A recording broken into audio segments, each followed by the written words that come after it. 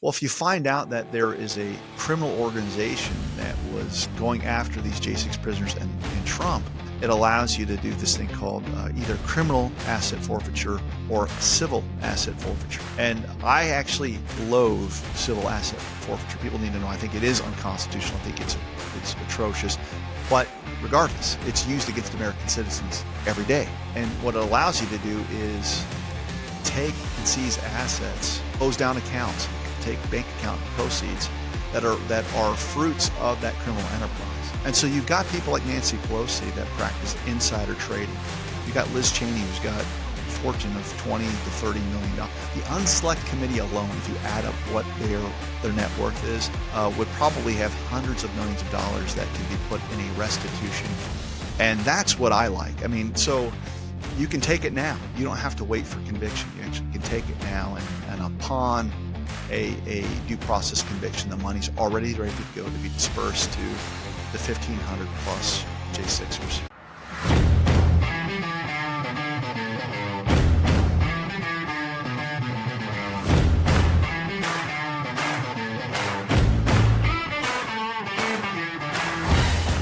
Thank you, ladies and gentlemen, for joining us once again on the State of Freedom. The State of Freedom is a listener-supported podcast.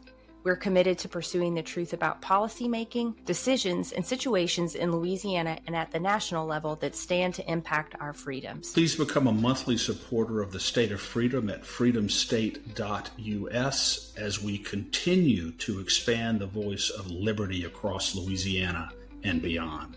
Joining us today is a friend of the show who has been an ardent voice for election security, election integrity, and he has been a steadfast supporter of the J6 hostages, David Clements. And with him was supposed to be his good friend and client, one of the most outspoken J6 hostages, Jake Lang. Jake isn't with us yet. We heard he may be on a boat fishing, which is more than well-deserved. I hope he is.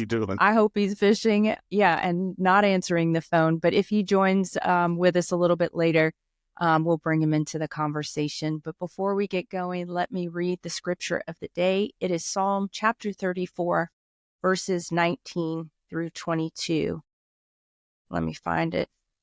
All right. Even when bad things happen to the good and godly ones, the Lord will save them and not let them be defeated by what they face. God will be your bodyguard to protect you when trouble is near. Not one bone will be broken. But the wicked commit slow suicide, for they hate and persecute the lovers of God. Make no mistake about it, God will hold them guilty and punish them. They will pay the penalty.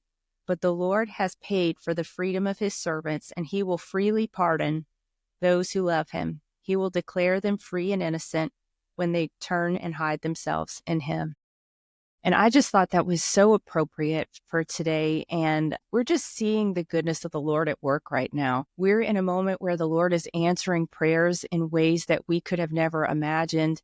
And like Steve Schultz from Elijah Stream says, if any of you out there watch it, he often says that the Lord does not necessarily come quickly, but when he comes suddenly and he comes powerfully. And I think that's what we're witnessing. That's what this time that we're living in feels like to me. Yeah, Danielle.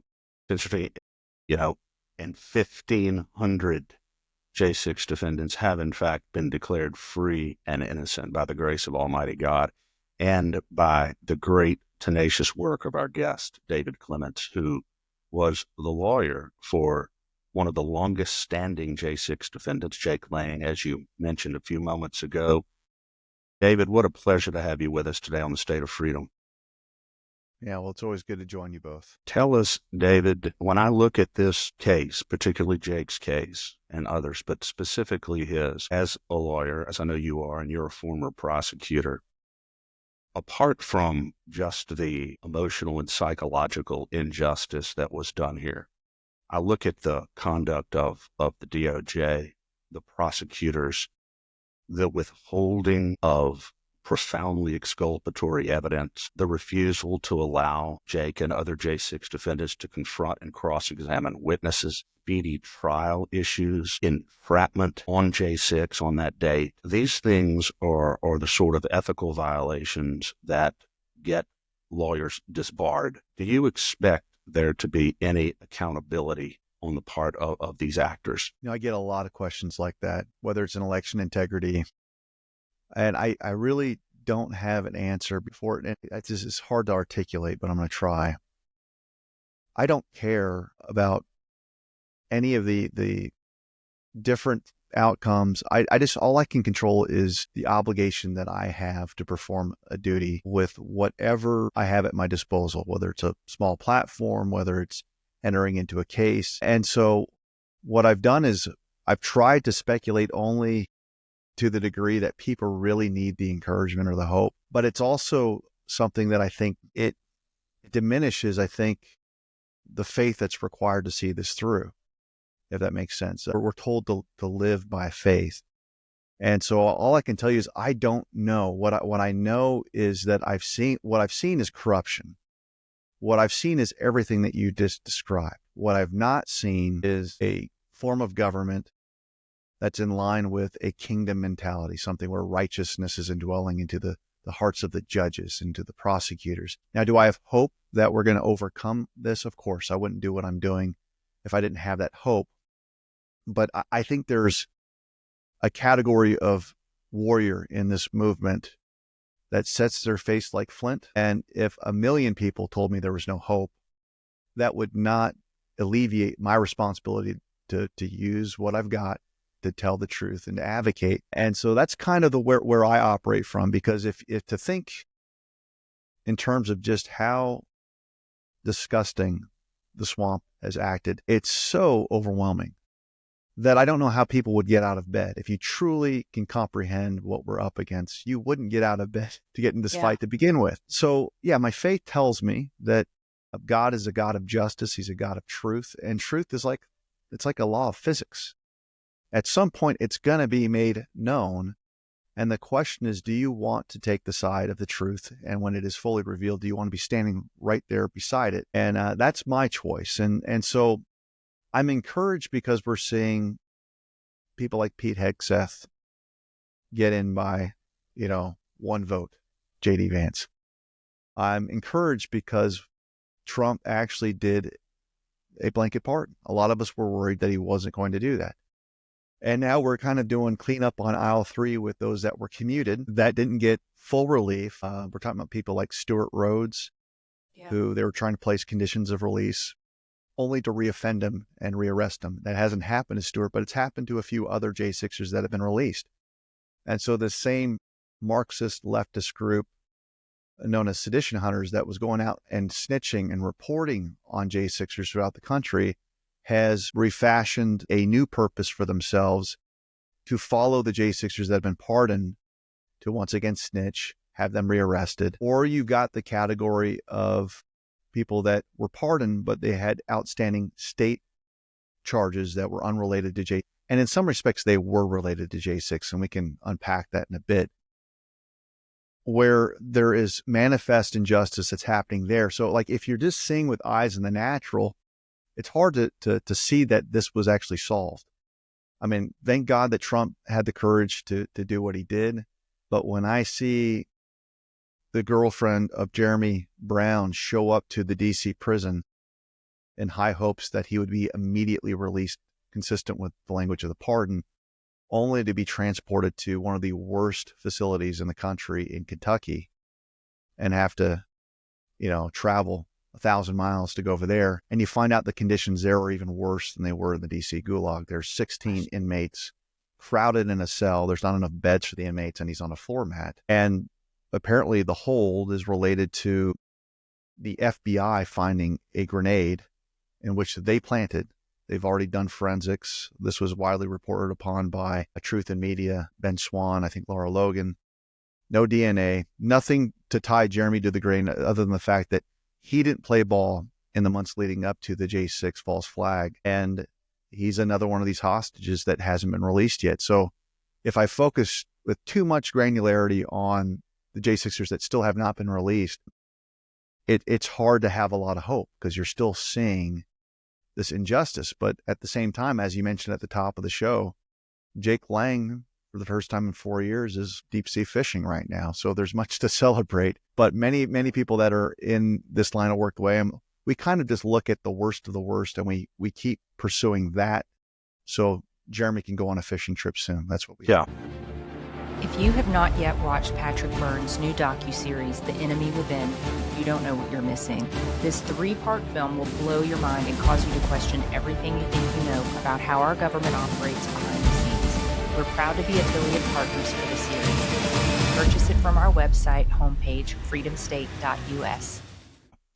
Well, the reason, David, that I asked about accountability is that I don't see how obviously, I know the J6 defendants who are released are overjoyed that they're out of jail, but it doesn't take away the profound injustice that was done to them. Your client, Jake, spent, over 4 years in prison, which, according to something you said on a YouTube video that I watched, is 3 or 4 times the maximum sentence that he could have served for assault on a peace officer or something along those lines. Again, the Brady violations, the Giglio violations, the suppression of evidence, the fact that, David, to this day, do you know the identity of the 25 or 30 embedded agents who were basically entrapping lawful American citizens? Do you know who they are?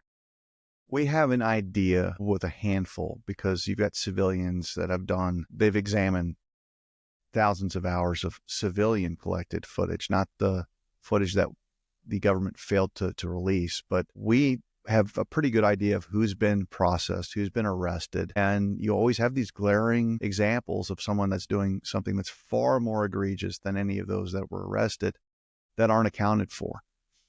And when I think of that Inspector General report issued by Horowitz, I've done some research. Even though it's 26 to 28, I think what they mean is that these were leaders of cells, and they had teams that were tied to each of those folks. So you see Ray Epps, for instance.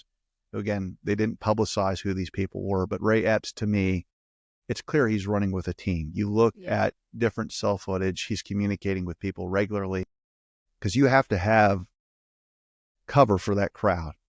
And there's no way that you're going to be able to carry off your operation with just 28 embedded agents. So we've got an idea on some. There's obviously people that are higher up the food chain that know certain names. Thomas Massey made headlines yesterday in an interview with Matt Gaetz, where they confirmed that the identity of the person that collected and retrieved the pipe bomb was a Capitol Police member who's still currently employed by the Capitol Police. Now, think about this. For 4 years, we've been trying to get information to the public on who placed the bomb, but just as importantly, who retrieved it and who collected it. True. And we were all left in limbo. Come to find out that the Capitol Police knew this the entire time. Now, the reason why this is important, if you're standing trial, and the circumstances for some of the sentences, they do this raindrop theory where, and it completely violates due process, that the actions of the J6ers weren't being scrutinized as individual defendants. They were being punished for the collective actions of many people that they didn't even know. And in many respects, they would use examples like, well, there was a bomb, there was a threat to Kamala Harris, and you have to figure out where people were or where Mike Pence was standing. And in the absence of having any details that you could pursue, they were throwing the book at people for 18, 19, 20-year sentences. And you come to learn that you knew who the identity was. I mean, even if that person didn't take the stand, the attorneys should be able to interview them and get information to defend their client, because that's the kind of information that, outside of the record being developed in trial, the judges would routinely cite things like that as the basis for a sentence that was usually beyond the pale, because of the threat to our country, because of the without tying it, David, without tying it to a specific defendant. Yeah. And yes. We heard this with Nandan Kankaramoth, who is one of the another J6 attorney. He said that they would basically tie these people in and say, well, you were part of a mob and your behavior as part of the mob. Well, they didn't look. we're so big, we have been so big. I'm not saying we're so big anymore on personal identity. These people didn't identify as being part of the mob. They were not partaking in any mob-like behavior, but they get drawn in and prosecuted as if they were tearing down structures and setting things on fire. Exactly. And David, do you think that we just recently saw the Patriot Front come back into the narrative? Just a couple days ago at the inauguration, there were all these clowns dressed with the face mask and all this, which we know that truly patriotic people who have a brain are not wearing stupid face masks, because we would have already been arrested for that nonsense. Do you think that those Patriot Front guys are somehow connected in with these FBI cells? I do. I mean, there's been attempts to figure out who the identity of those folks are. They've been demasked in certain confrontations. They show up to these places in the back of U-Haul trucks. There's local law enforcement that are being confronted by Patriots saying, look, under reasonable articulable suspicion, you should be able to stop and at least ask for them to identify themselves, because if you've got circumstances that could lead to public disorder, I mean, and in many respects, people are already on high alert. So I don't know where the line is, because I'm a pretty ardent constitutionalist on, I don't have to tell you anything unless you can identify a crime. But when you've got people that are standing, get this, in the back of a truck, that's a violation of most garden variety traffic laws, that you can't transport yourself across a city or a highway standing in the back of a truck. I mean, can we just concede that point, right? And so as soon as that thing opens and you've got law enforcement seeing 10, 20 people that aren't being secured by a seatbelt, that aren't coming out of the truck, you've got reasonable suspicion to say, okay, identify yourself. That never happened.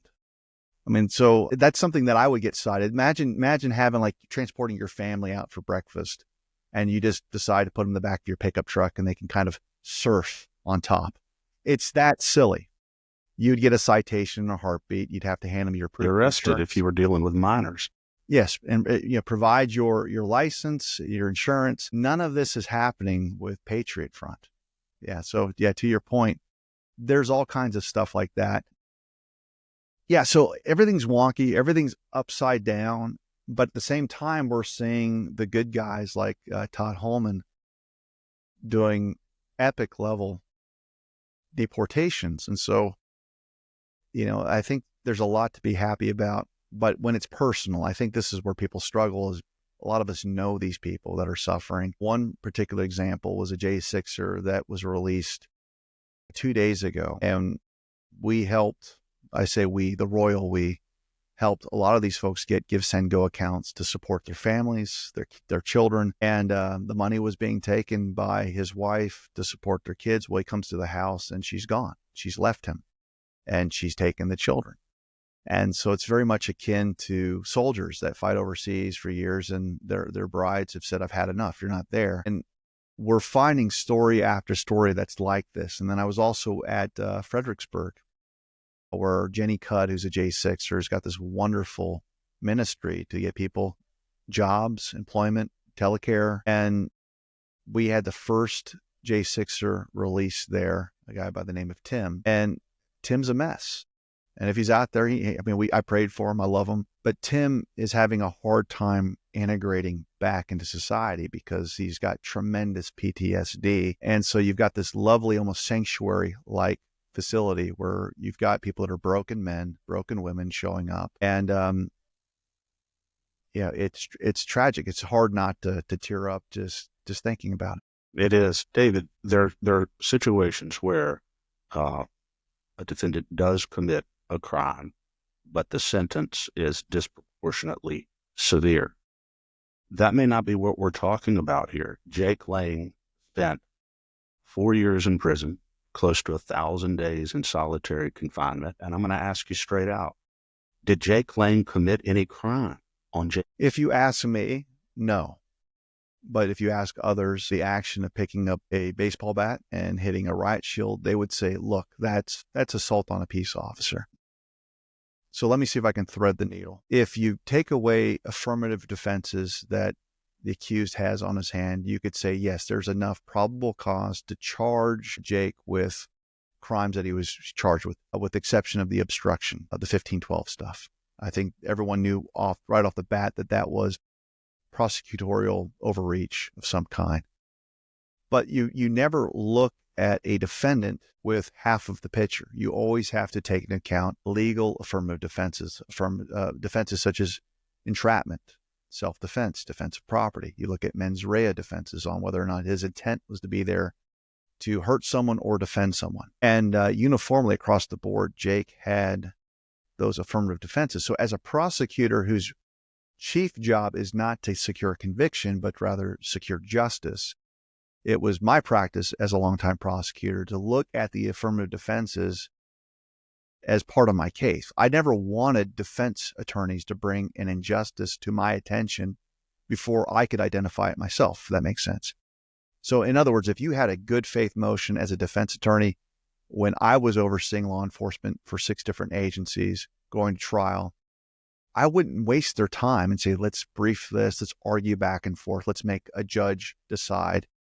I would independently look at the merits of what they were saying, look at the black letter law when it comes to entrapment, when it comes to Brady.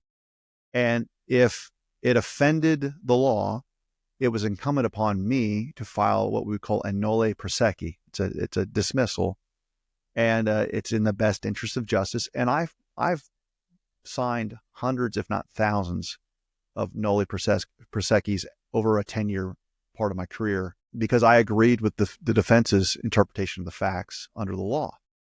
And so with Jake, I'm sitting there going, okay, why did you pick up the bat? Question number 1. Well, I saw Roseanne Boylan murdered in front of me. I saw a choke point where Philip Anderson was being trampled to death. I saw Tommy Tatum nearly trampled to death. And so when you see his heroic efforts to beat back the officers that are stepping all over these people, that have batons and sticks where they are violently striking people with the tips of that baton into the heads of J6ers in a crowded place where they can't go anywhere. Potentially, striking them, you could lose an eye, but the violence was off the charts. Then the idea of someone picking up a baseball bat not only is justified, it's life-saving. So that's one category. Then you've got the pictures where he's got the gas mask. Well, why does he have a gas mask? Because toxic agents were dispersed into the J6 crowd, which actually forced them to escape the gas and move towards the door. In other words, it was fired behind them. Wow. And many of the assault charges that were claimed by the police were related to the confusion where they were inhaling the very gas that was dispersed by their own Capitol Police. So if you pull up something, this is about survival instincts, that I'm just going to go ahead. I want to breathe. I don't want to choke. And so he has that. And then you also have, some of the accounts relayed by Coy Griffin, who's a county commissioner. That's a good friend of mine that was there praying on the steps, that prior to any attempted breach, you had snipers from the Capitol Police that were taking headshots with rubber bullets and just indiscriminately shooting people in the face, in the head. And you put all of this together. And how were people able to get into the doors? It wasn't just Capitol Police moving barriers. You have to understand that the doors themselves have to be open from the inside. And these doors are built to withstand vehicles that could tie chains around the handles, that if you were to pull on those doors, even with a vehicle, they're not going anywhere. The handles might come off, but the doors aren't going anywhere. So you add all of this together with the embedded agent, Inspector General reports, the finding that the Capitol Police were the ones that had access to the pipe bomb and deprived defendants of that information. Jake shouldn't have served a day in prison in light of this. None of the J6ers should have. And so, that's how I analyze these things. I want to know what the affirmative defenses are. And as soon as I see that there is fruit of the poisonous tree, the doctrine that every prosecutor knows of, it doesn't matter if he engaged with the police in a forceful way, because the entire environment was so tainted by the actions of the U.S. government that as a matter of law, all of it gets wrapped up into that poisonous tree, that poisonous fruit, and you dismiss all of the charges. That's why every single person there should have been pardoned, not just receive pardons and or commutations. Yeah. And David, I saw this past week clip because I could definitely not stomach the whole show, but Ashley Akers went on to Rachel Maddow and talked about her resignation as a J6, well, as a prosecutor for DOJ, but she was, I believe, one of the most prolific prosecutors of J6ers out there. I know she was the prosecutor for some J6ers we had on the show, Cynthia and Chris Price, and they said she was just completely merciless and absolutely tyrannical in her prosecution of them. Do you have any insight on her resignation, or any thoughts on whether that's a trend we're going to start seeing, these J6 prosecutors just start fleeing the scene? I do. I mean, many of them have signaled for purposes of narrative building. It's not unusual to see someone like that on Rachel Maddow's show. And you have to look for the larger narrative, which is what? Trump is so lawless that his first thing to do is to undermine all of our hard work for 4 years. And as a result, this is not the Department of Justice that I know. So you could see kind of that. Sure. Same thing with Matthew Graves, who was one of the lead DOJ folks, and he's under investigation now.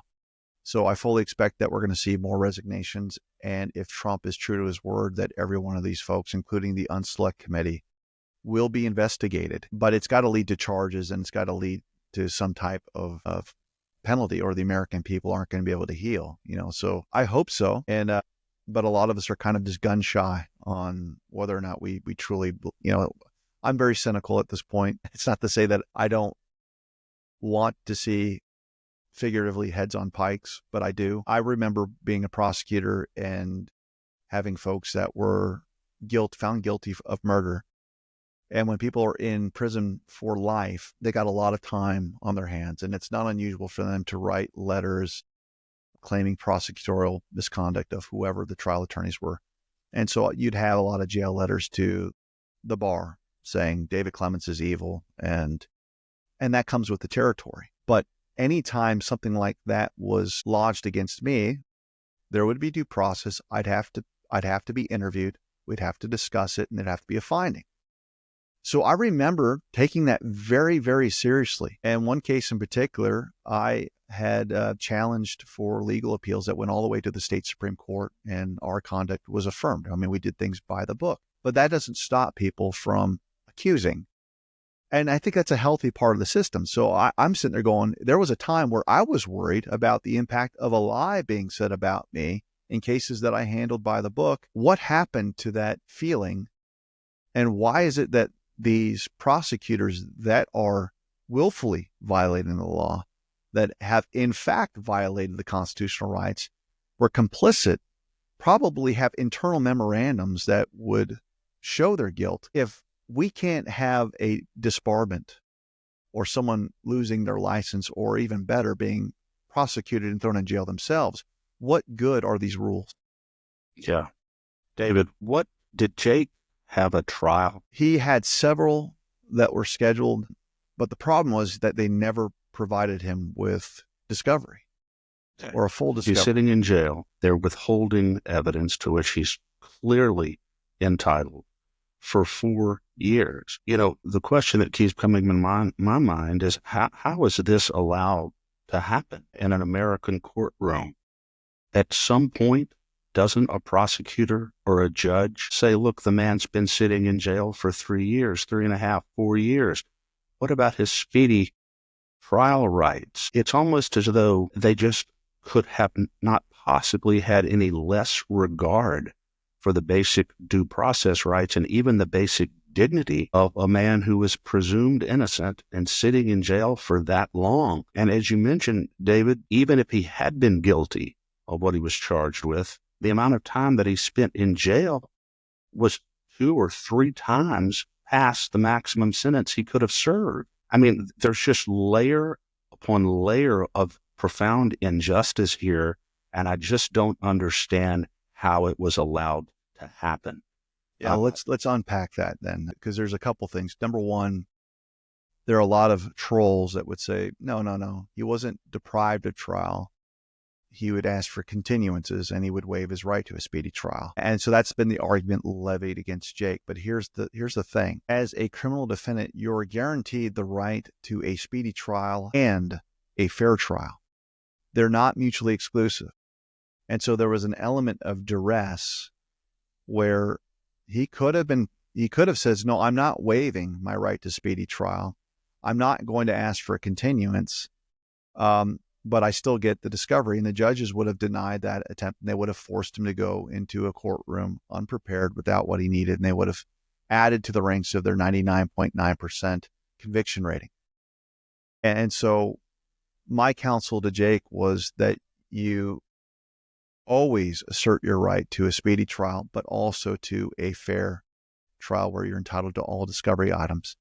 And a lot of people, through contractual gamesmanship, were waiving their rights. And unfortunately, a lot of the attorneys were complicit in this. They should have had massive objections and motions saying, not only are we not going to sign this as a waiver, the burden's not on us. The burden's always on the state because the presumption of innocence applies to my client going forward. So until we get these items, he's not going to trial, and you're going to be in violation of speedy trial because we're supposed to be afforded a swift trial with all of our witnesses, all of the video, all of these things, and that didn't happen.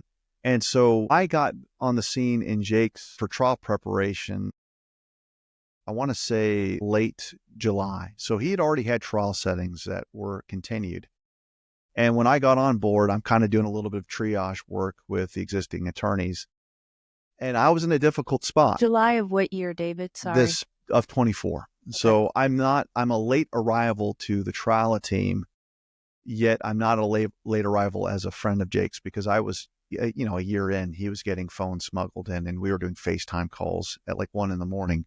that we couldn't tell anyone because they bust them. They throw them in some type of isolated cell. But I get updates, and Jake's kind of got this kind of Muhammad Ali spokesman vibe about him where it drives a lot of people crazy because he doesn't do victimhood well. He's just a fountain of joy. That's, he'll do whatever he wants. But at some point, I think he got the sense that the attorneys that were representing him, and I don't want to speak ill of any of them because the only way that I could get into his case was to pro hoc vici into the case using their license because they were locally barred in the area. And so I'm thankful that they didn't push back. They allowed me to graft into the case. But it's clear when I talked with many of the attorneys that they were very fearful of annoying and aggravating the judge because they were afraid that he would retaliate against Jake in some ways. And so there was kind of this push and pull of, Jake, look, I've got a style. I don't care about the retaliations. You've got to build a record for appeal. And you won't build a record by appeal if you just want to please the judge. You have to make him make a decision that creates legal peril for himself because he's running afoul of these long-held principles under the law. And I think at this point, they're relenting because, look, it's been 4 years. And we were set for trial in late August. It was pushed back. And then we had the election. It was set for November. And it was pushed back. And then we had a third setting, February 3rd, which would be next week.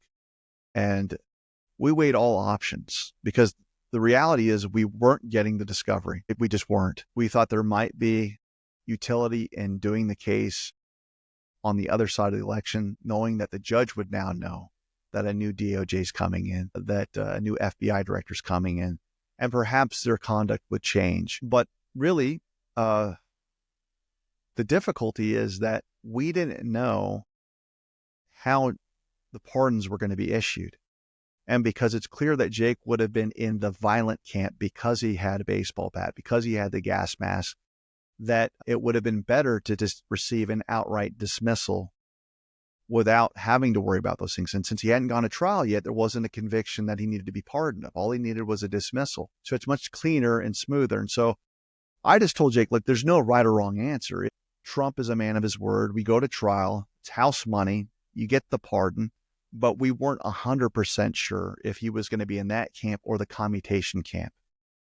And I think looking back now, we made the right decision. Let's just hold off, see what happens on the swearing in day. Trump directed the DOJ to dismiss all pending cases. Jake's case fell into that category, and now he's fishing. I think it was a good move. David, why was Jake not given a conditional release or a bond pre-trial? Why was he held pre-trial for 4 years? Well, I think part of it was because these are the individuals, because they didn't recant, because they didn't go along with the narrative, were the biggest liability for the unselect committee. You have to keep in mind that the whole narrative around Trump was this was a guy that was going to utilize the military to seize voting machines, that was not going to give up. And so they had to create the narrative that this was an attempted overthrow of the government. This was an attempted insurrectionist. And you had certain poster children that they could easily refer to as the chief insurrectionist. And Jake would have fallen into that category. And so when a liar dispenses a propaganda campaign, one of the tools of that campaign is to repeat, and never, ever admit that you told a lie. And they're stuck after 4 years of telling lies about Jake Lang. Even though they didn't charge them with insurrection, they used placeholder charges like the 1512 obstruction charge, which carried a penalty of over 20 years. And so they had the ability, in theory, to hold him and have the argument, well, wait a minute, I know it's been 4 years, but this guy, by our math, if we run these charges consecutively, could be in for the next 40 to 50 years. But David, don't they have to consider, since he's presumed innocent, don't they have to consider whether or not he's a flight risk, whether or not he's an ongoing danger to others? He was a narrative danger to others.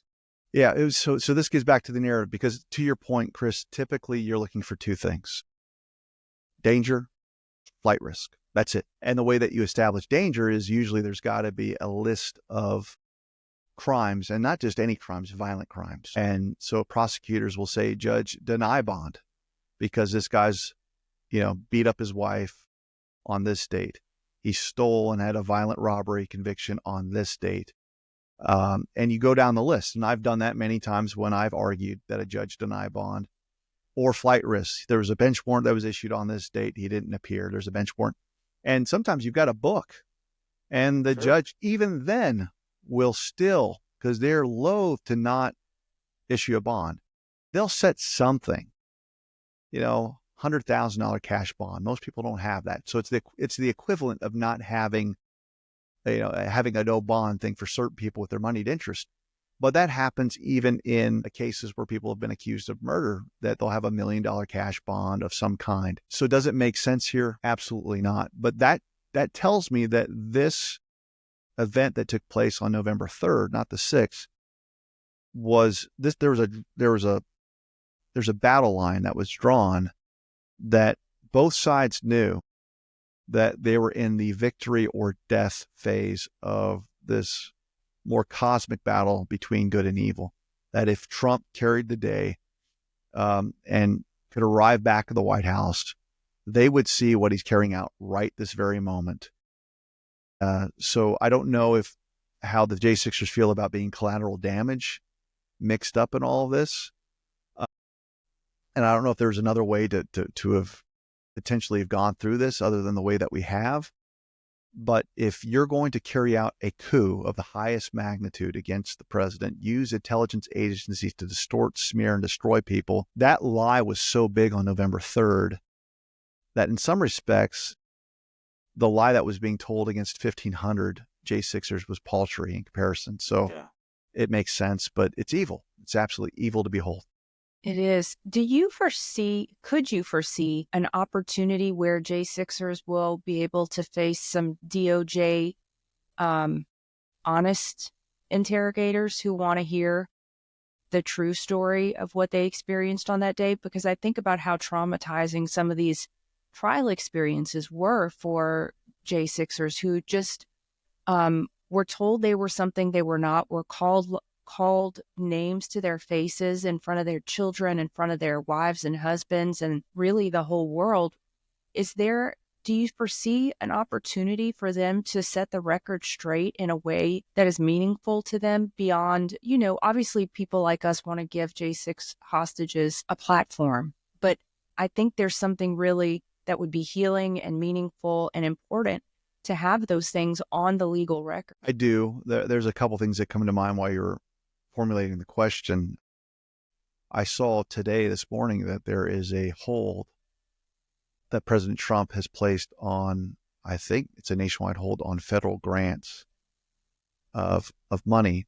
And the reason why this is important is that most state prosecution offices, most state offices in general, are large recipients of federal money, upwards of $3 trillion. So he could actually paralyze many of the state prosecutorial agencies, like this involves Tina Peters, for instance, is where I'm going, and do a internal review of how that money was accounted for. Was justice being served with that money?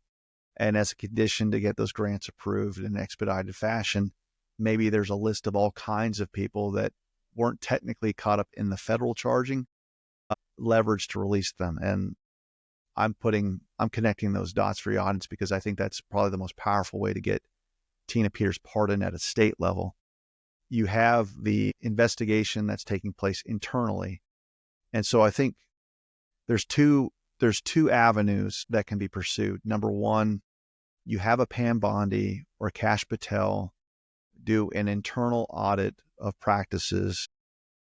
There's supposed to be a letter of preservation that was in effect throughout these agencies. Don't you dare try to destroy this or destroy that. And if you've got high-level forensic experts, they can tell if things were destroyed. And if the letter of preservation went out and they're destroying records, goodbye. You're out, you're fired, you're done. So in the investigation, you want to investigate not only the prosecutors, but you want to investigate the victims. You take a victim impact statement, and at some point you're going to have a inspector general, hopefully someone that's been newly appointed, that's not part of the senior executive service, because that's the deep state. And Trump, I think, fired 17 inspector generals overnight just a few nights ago. Replace them with MAGA, America First inspector generals, compile your report, and then you provide testimony to Congress, and they can make certain decisions to restore the J6ers. You can platform them. I met with Congressman Barry Loudermilk about being someone that would be willing to testify to Congress on a legal standpoint of the disparate treatment for the J6ers, and to get their stories. They should be able to have a pulpit describing in front of Congress for them to make congressional findings on the record that could either be fed into potential legislation that protects them as a protected class. So if you've got employers that buy the lying narrative but won't give them a job, if you're going to protect gender and sex discrimination, why not protect hostages that should be restored in the employment market? You've got certain avenues through lawsuits that they can be restored monetarily. I've mentioned my reluctance about that is that justice is directing resources from the wrong people to make them whole, because ultimately it comes from the coffers of the taxpayer instead of the people that put them behind bars. In other words, Liz Cheney doesn't open her checkbook and cut a check to make restitution. It's going to be Danielle, Chris, myself as the taxpayer. And I'm okay with that as long as they get restored. But I think it'd be much wiser is if you had a investigation that was potentially set up as a RICO investigation. You've got the unselect committee as part of a criminal enterprise that concealed crimes. They concealed and destroyed evidence. They did not bring sworn testimony to the forefront, like the Capitol Police Chief, who was also begging for a National Guard presence. None of that was brought up because it didn't fit the narrative. Well, if you find out that there is a criminal organization that was going after these J6 prisoners and Trump, it allows you to do this thing called either criminal asset forfeiture or civil asset forfeiture. And I actually loathe civil asset forfeiture. People need to know I think it is unconstitutional. I think it's atrocious. But regardless, it's used against American citizens every day. And what it allows you to do is take and seize assets, close down accounts, take bank account proceeds that are fruits of that criminal enterprise. And so you've got people like Nancy Pelosi that practice insider trading. Yeah. You've got Liz Cheney, who's got a fortune of $20 to $30 million. The unselect committee alone, if you add up what their net worth is, would probably have hundreds of millions of dollars that could be put in a restitution fund. And that's what I like. I mean, so you can take it now. You don't have to wait for conviction. You actually can take it now, and upon a due process conviction, the money's already ready to go to be dispersed to the 1,500 plus J6ers. David, is there any doubt in your mind that the conduct of the select committee, the members of it, warrant that type of asset forfeiture? In other words, they need to feel retributive justice personally because of their conduct. There's no doubt in my mind, but it's going to take a great deal of political courage for people to do the right thing. It reminds me of the discussion that I had with my mentor over election fraud. And this is a guy that I tried many murder cases with. He turned me into an instrument of justice. And anytime I thought that we didn't have a case, he was the one that's like, hey, grow a pair. We can do this. And it was odd when I compiled all of my research on election fraud as a civilian, I brought it to his attention, and I wanted to tell him, what are you doing? You're doing this low-level stuff. We're trying to save the country. Grow a pair. And even the sheriff that I was trying to get warrants to secure tabulation machines for examination because illegality had occurred in my backyard. Both these gentlemen that I had a great deal of respect kind of looked at me like, Dave, what do you expect me to do? The DHS, they have guns. They have badges. They've got resources we can only dream of. There's what do you expect of me? And I think there's an element of that right now that is starting to fade. But prior to Trump getting in, there was this element of how in the world can you go after the daughter of Dick Cheney? Because what I'm finding is I research more about what the deep state really is. It's the senior executive services, the SES. This is the tier above your traditional government promotional structure. And these are the people that precede presidents taking office, and they're the ones that are there after they leave office. They're the ones that really run the government, and they run the front-facing sociopathic politicians that are in front of cameras. And so unless you have a plan to neutralize them, you're not going to get the justice that you want. So this really isn't even about Liz Cheney. Really isn't about Jaime Raskin. It's not about Benny Thompson. It's about the power players that laugh at us and mock us and set up obstacles across the board. But I think Trump is doing his best to position people that will go to battle with them over the next 2 years. And it's essential. And if he's got the appetite for it, then I do have hope. Yeah.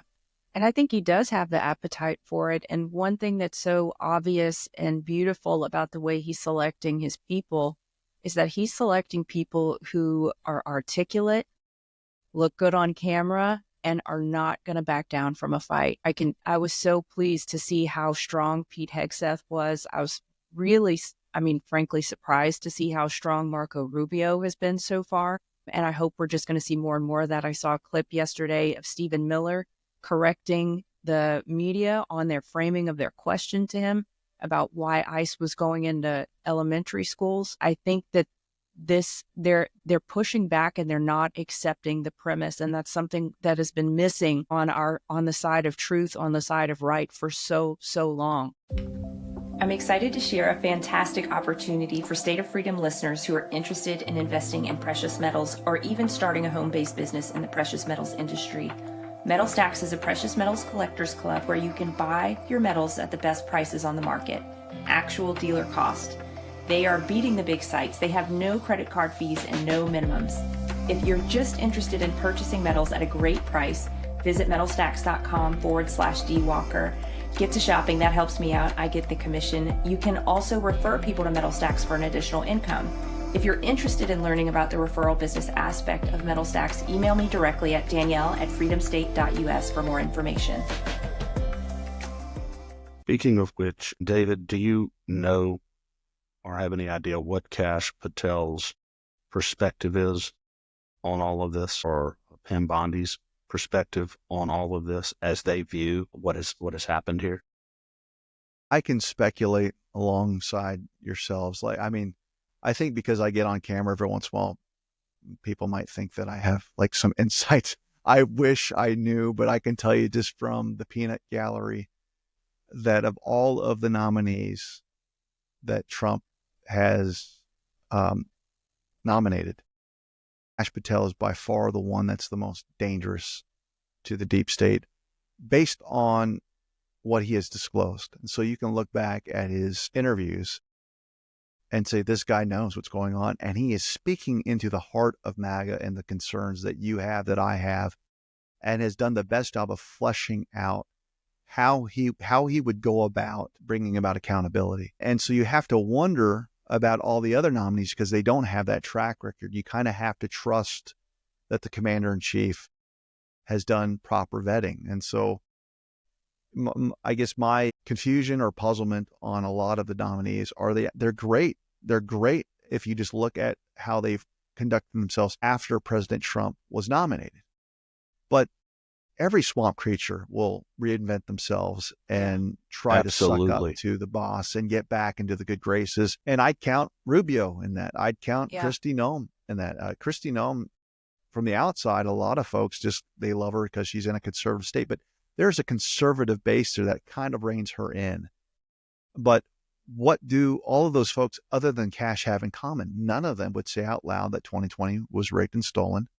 None of them had any efforts at the statewide level to demand accountability, to restore and get Trump back into office and reinstated when there was a chance to do so.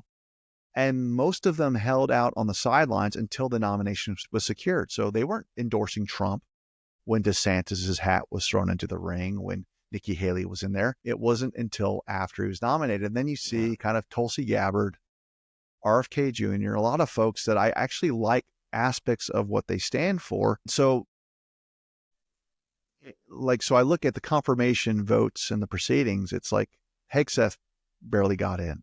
I see that as a sign of, well, great.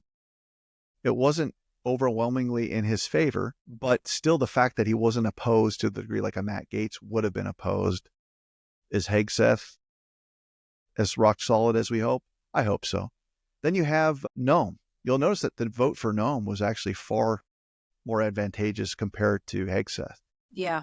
And so all I know is that swamp creatures don't want to vote for people that are going to threaten their existence. Right.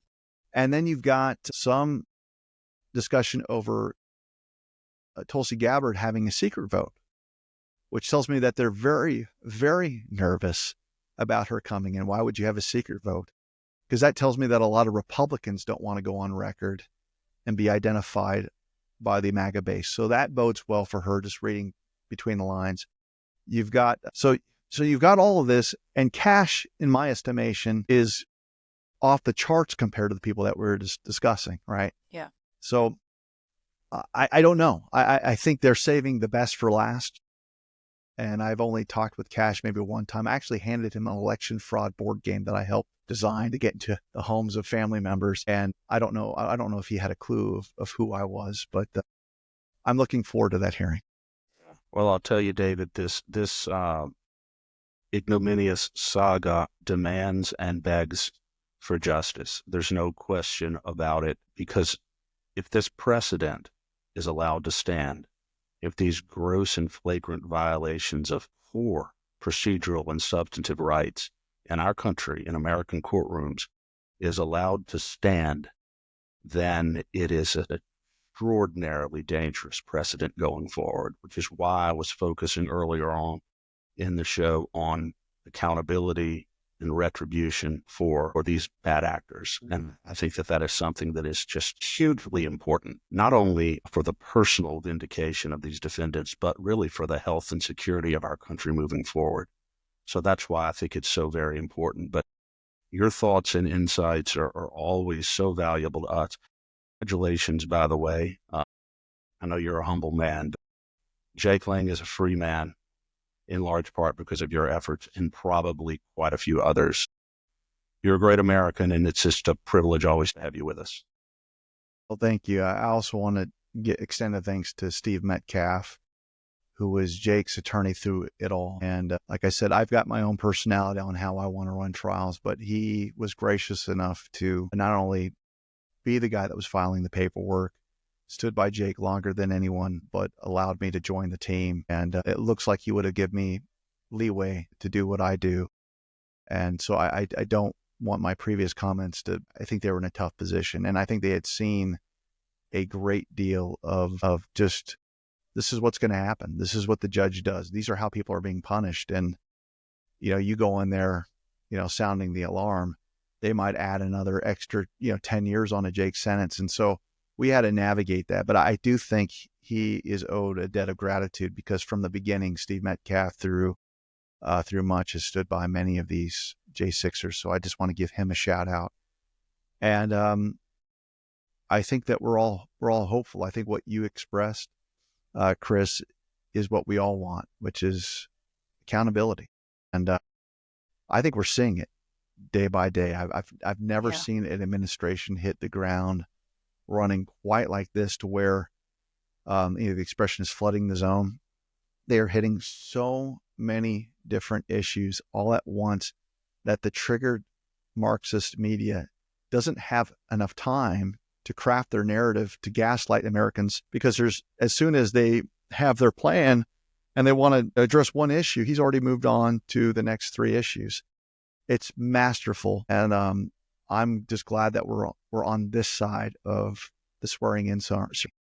Absolutely. A lot to be thankful for, a lot to be hopeful about. Absolutely. Going forward. David Clements, God bless you, sir. And we look forward to talking with you again soon. Great. Thank you. Thanks, David. Talk to you soon. Thanks for joining us today on the State of Freedom. Be sure and check out the show notes for this episode. You can always go there and find the calls to action and resources mentioned in the show, and you can find out more information about our advertisers there as well. If you want to learn more about us or support our work, visit freedomstate.us. To get involved with Louisiana Citizen Advocacy Group, visit LACAG.org. We'll see you next time. God bless.